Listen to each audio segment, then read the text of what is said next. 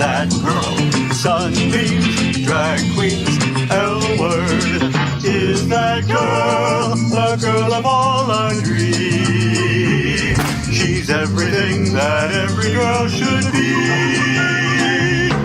FayWhat, South Beach, hashtag that girl.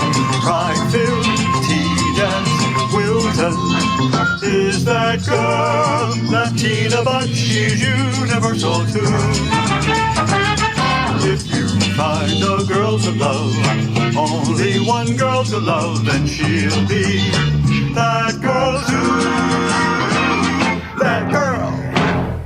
Hello everyone, I am FayWhat, and I'm hanging out with my bestie here, Mr. Cal Gajraj, and guess what? We're still on vacation. How blessed are we? We really are. Oh my goodness. I feel like as the days have been going on, we're getting like shades and shade darker also. Like we're getting this tan. Yes. This beautiful Mediterranean tan. Beautiful tan. And one of us is getting way darker than the other. Guess which one it is? You know, in some of these countries, they're going to freaking take him and go make them their own. You come with us. We love you. Take me to your leader. We found you, our leader. So we've been on an incredible voyage, it seems, and just a journey. It's been just wonderful. We've been in all these places in the Eastern Mediterranean. And I wanted to take a moment to let my viewers know, our viewers know, like what we've learned so far, you know? Yeah. So we've been in the Eastern Mediterranean. Cal and I started our journey in London. Yeah. That we loved. We love London, right? It was so much fun. So much fun. And like you were there for a day. Just a day. But did you feel LGBTQ around you? Yes and no. Okay. When I got off, but we were in a layover for about 12 hours, so we only had the opportunity to get on one of those hop on, hop off tours. So if you ever have a short amount of time in a layover, it is the best, fastest, cheapest way just to get out of the airport for a couple hours, see the main sites. Yes. They took us all around London. And you see all the things that you need to see. Yeah. That's the you know, that's the, and then again, the best $45 you've ever spent in your life, because I mean, think about it. You got to see Big Ben, you got to see the castle, you got to see the Eye. What else did you see? We drove over London Bridge, you know, which was really cool. We drove around the West End, and I got to see all the theaters that really really excited me, especially being such a Broadway and musical fan, just to be in that area and see theater after theater after theater. And that's where I saw a lot of the pride flags that were out and displayed in storefronts or in restaurants or in cafes. So it was really nice traveling abroad and seeing that symbol, you know, that represents all our community. Yeah, of course. So this was like I've only been to London a couple times, and so near the West End, where all the musicals and all the shows are, is also Soho, which is the very gay area. I think one of the main bars, I think, is called the Gay Bar or something like that. So beautiful, great town. LGBT, you can go there, you're safe, you're good, you know. And then that wasn't the part of our trip that I was worried about, right? Okay, so we jumped on this amazing cruise. We're on the Celestial right now, right? And it's been such a wonderful ship to be on. Thank you, folks, for having our group come. There's like, you know, 30 something LGBTQ plus folks on this voyage with us. And so we started off in Athens, right? In Greece. That's where we all got on. And we got to see all these incredible places. We went to the Acropolis, right? And you took those beautiful pictures. Yeah, we got to broadcast Queer News Tonight, so make sure you check that out. From the Acropolis, check YouTube, Roku, Apple TV. It's all there. You know, everything is there, so make sure you check out our broadcast. We were on the Acropolis in front of the Parthenon and the Temple of Athena. Temple of Athena, we love you, Athena. I feel like this trip has been like so like themed around our love for Athena, right? Like we love her so much that it's like, okay, you know, if you don't know who Athena Dion is, you've been under a rock or whatever. She is like our queen in South Florida when it comes to drag and when it comes to entertainment. And she's one of Anna Navarro's favorite on The View. She has been asked to come to the White House to do so many things. And she's only just begun, you know. We can only imagine what more Athena's going to do. And so during, I think it's summertime, right? Right, am I wrong? Summertime, that she's in Mykonos, and she's got this residency at Jackie O. And if you're gonna go to Mykonos, you have to go by and see her. And so us coming to Greece was like, one of the main things was like, oh, let's find out where the famous Athena Dion is from, you know? And we got that in Athens, and then we went to where she's originally from. The island of Crete. We went to Crete, and that was just breathtakingly beautiful. Now we know where Athena, Dion, and Stavros get their incredible looks from, because everyone was gorgeous. Right? Everyone was gorgeous. How was your grinder at that moment? Oh, it was like bloop, bloop, bloop, bloop, bloop. But it was like a Greek bloop bloop bloop bloop bloop, right? Yeah. Something like that. I was wondering where that ringtone came from, and I was like, no, that's just Cal's grinder notification. Oh my gosh! But can we talk about the food in Greece so far? I mean, it was just so fresh and just like, it really was. I mean, the tomatoes, and I love tomatoes. He loves tomatoes. I've been eating tomatoes every single day. Every single sitting, he's got to have his tomato salad, and I'm like, oh really? You're gonna get a salad? He's like, have you seen these tomatoes? But they're like so with beautifully crumbled feta, plump and red. And oh, it's delicious. I turn around and he's just sitting there eating them like an apple. I'm like, bro, that's not an apple. It's a freaking tomato. And then he has to remind me that tomatoes are a fruit. So I guess he wasn't wrong. I hated that. Yeah. But anyway, yes. And I'm not saying that Cal is picky, but he's kind of like a foodie. He knows what he likes. You know, I mean, he's not gonna go and like bash a place. But I'll tell you what I don't like. Exactly. Yeah. And what I could have had less of. Like, he gives a compliment to the food while saying how he really feels, and that's one of the many reasons why I love him. But yes, Greek food was yummy. You know what really impressed me in Greece so far? And we always know that, we always think back to the, my big fat Greek wedding. Oh yeah, of course. And when the dad would say, tell me a word, any word, and I'll tell you how the root form of that word is Greek. Yes. That is such a true statement. Right? Everything that we have been learning, so far in Athens and in Crete, and, we spent some time even in Cairo, so far in Egypt, at the Giza Plateau with the Great Pyramids. Oh. And there's so many, words or buildings in the cities in Cairo and Alexandria that come from Greece. Yes. That are Greek origin, meaning in completely. nature, and because of Alexander the Great. Because of Alexander the Great coming over from Greece. That, to me, that was one of the things that I found really educational. For sure. And it's that history. That history that you're going back to, all the of roots. These words, yeah. And like you said, a lot of the medical terms, like, the Cuban is on this trip with us, and so she's like, oh my God, that's a medical term for this, and that's where this came from, and that was that, and we had, of course, we have no idea, right? Because we're so entitled as Americans that we think that we invented everything, and we didn't. We invented nothing. Even the calendar. Oh, let's talk about Cairo then. Let's jump ahead, because we're going back to Athens actually, and you'll see us do another video when we're over there. Cairo, like, that was one of both of ours. Like, it was the main reason why we wanted to come. That was what enticed us to come, right? And for different reasons, right? Of course, and I want to touch on yours, like, your grandfather, your origins, how you were dressed when we went, the frame of mind that you were in. Tell us a little bit about that. Yeah, I didn't know what to expect. This was my first time in Cairo. And I talk about it often on, your show or on Queer News Tonight and Happening Out, that's on Wednesday nights, our entertainment show, about being first generation Muslim American, and what that has meant to me.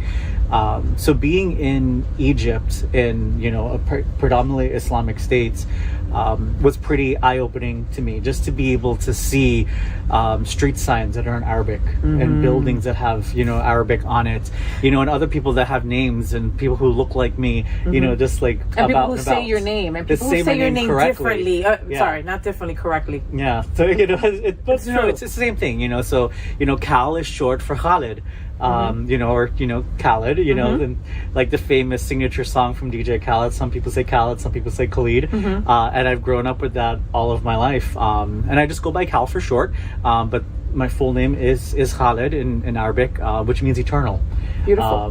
Which is really cool, just to had been in that, those surroundings, and getting to the pyramids was just such an overwhelming feeling, because we've all, either seen it in movies or learned about it in school. But when I tell you that the pyramids are bigger than anything you have ever seen in your life, I was blown away at how massive the pyramids are. Massive. I'm going to use your face real quick. And I've had the opportunity to travel, in Mexico. Not the same. To see the pyramids there, like Chichen Itza and Machu Picchu and in Peru, and like none of that. Teotihuacan, the pyramid, and those pyramids are big and they're great. But when you see these pyramids in Egypt, they are larger than life. Wow, well, larger than all our lives. Yeah.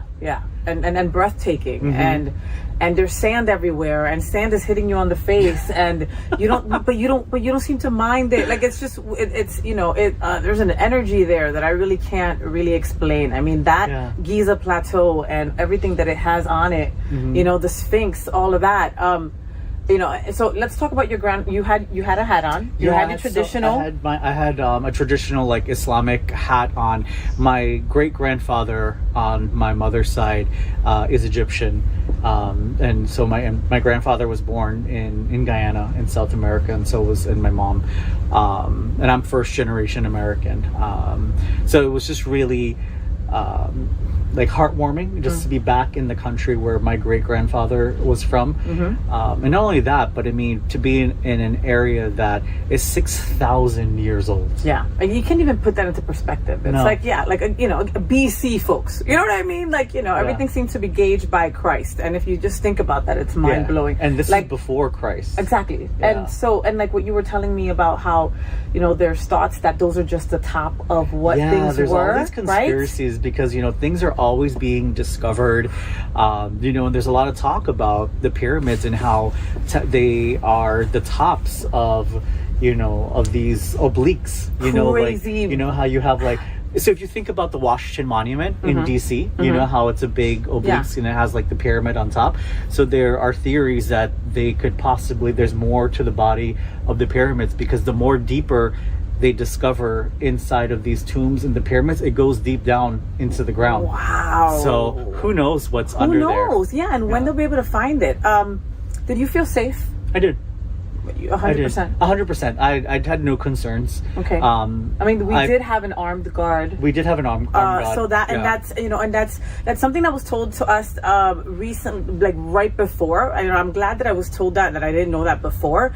And it's common, okay? Like, when it comes to people getting off the cruise ships, from other countries, etc., they protect their visitors, and it's law that you have to have an armed guard after a certain amount of people. So in whatever bus people were on, there was an armed guard there, and depends on where you go. It depends on how you feel about things. You either feel safer or you feel like, wow, I'm in the middle of a war zone. Like, what did I put myself in the middle of? You know? No, definitely. And I honestly at times forgot that we had a guard. Okay. I think I was just in the moment. Yes. And just taking it all in, and there was just a overwhelming sense of calmness when I was there.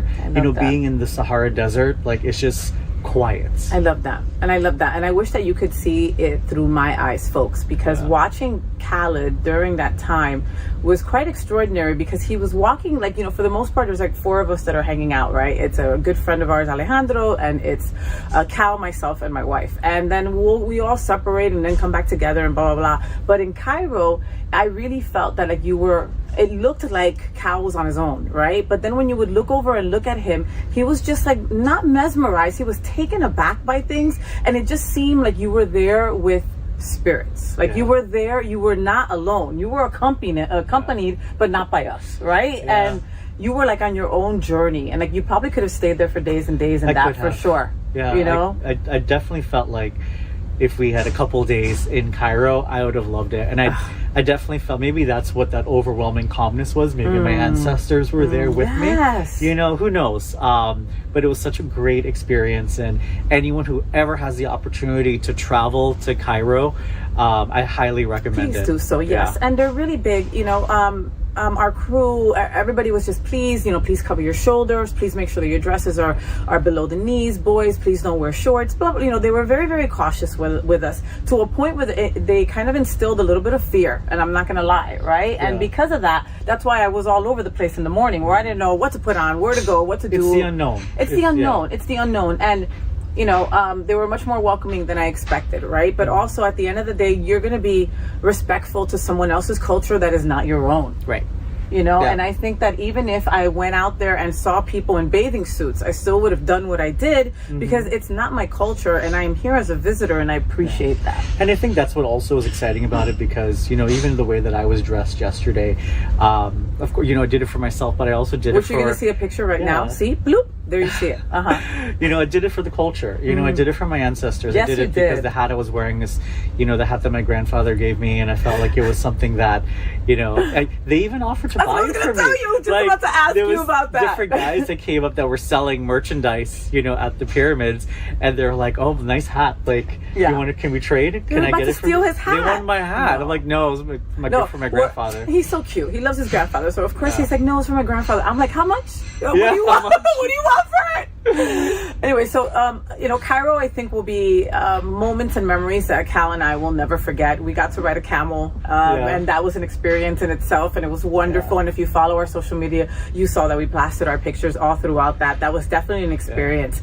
And now today we went to Aphrodite's resting place, and where her and Adonis was his last resting place, and it was the Rock of Aphrodite, and in Cyprus. Excuse me, thank you. We were in Cyprus. Sorry, folks. So what we learned about Cyprus today was that Cyprus is its own country. Yeah. Right. And I always thought like your country, where you're originally from, was one of the smallest countries, and I had no idea and they're smaller. And they're smaller. So Cyprus is, and it once belonged to Greece. And again, we got to go to the Rock of Aphrodite, which first of all, Aphrodite, let me tell you, Aphrodite was the goddess of love, in case you don't know. Okay, so she's an ancient Greek goddess of sexual love and beauty, identified by Venus by the Romans.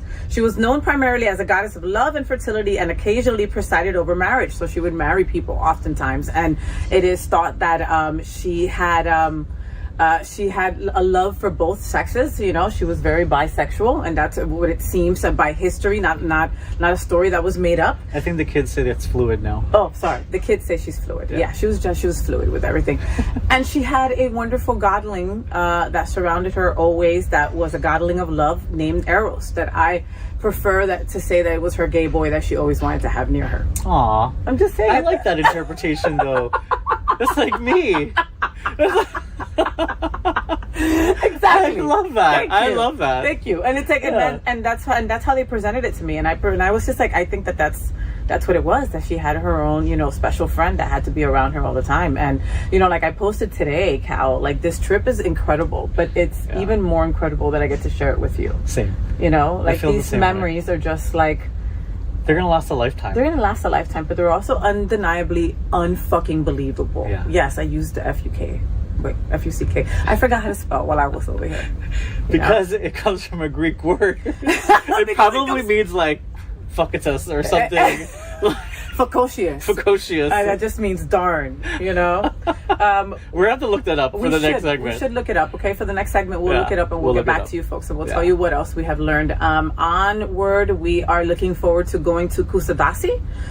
We're told that we're going to get a lot of shopping done there, and I'm really looking forward to that. And tomorrow we'll also be going to Rhodes. That is a Greek isle, correct? Yes. Right? And it is not far from the Greek isle of Lesbos. How cool is that? Right? Yeah. Right? I thought that story was so fascinating. About Lesbos? Yeah, I never knew that the island existed. Well, imagine that, right? Yeah. And there was a time that they wanted to abolish that name, meaning, you know, like lesbians, and you know, and they were like, "I'm sorry, history is history. This is what it is." Yeah. You know. Yeah. Anyway, folks, so that's all we got for you today. We've got so much in store for you. Thank you for allowing us in your homes, and thank you for getting on this journey with us. We've learned so much, and there's still more to learn, right? Yeah, I can't wait. I can't wait either. Yeah. All right, guys, stay tuned. We love you. FayWhat? Gay boys, hashtag that girl. Sunbeams, drag queens, L-word is that girl, the girl of all our dreams. She's everything that every girl should be. Aqua, South Beach, hashtag that girl. Pride-filled, tea-dance, Wilton is that girl, Latina, but she's universal too. If you find a girl to love, only one girl to love, then she'll be that girl